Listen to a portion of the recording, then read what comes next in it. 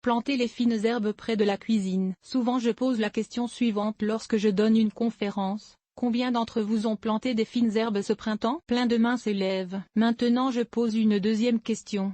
Et combien les ont utilisées? La plupart des gens retirent leurs mains. La triste réalité est que peu de jardiniers utilisent les fines herbes qu'ils plantent. Et il y a une bonne raison pour cela. Le potager n'est pas le meilleur endroit pour planter les fines herbes. Traditionnellement on plante les fines herbes dans le potager, avec les légumes.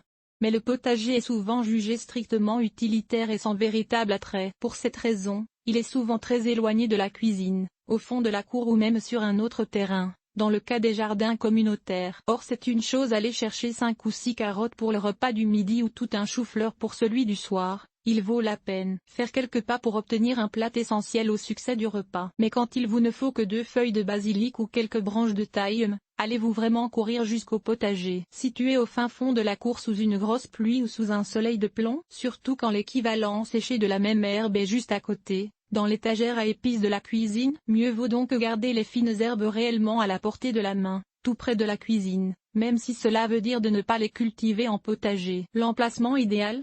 Une balconnière fixée juste à l'extérieur de la fenêtre de la cuisine. Ainsi, même s'il pleut, il suffira d'ouvrir la fenêtre, de récolter une tige ou une feuille ou deux, puis de fermer la fenêtre. C'est dans une telle situation que vous profiterez vraiment de vos fines herbes.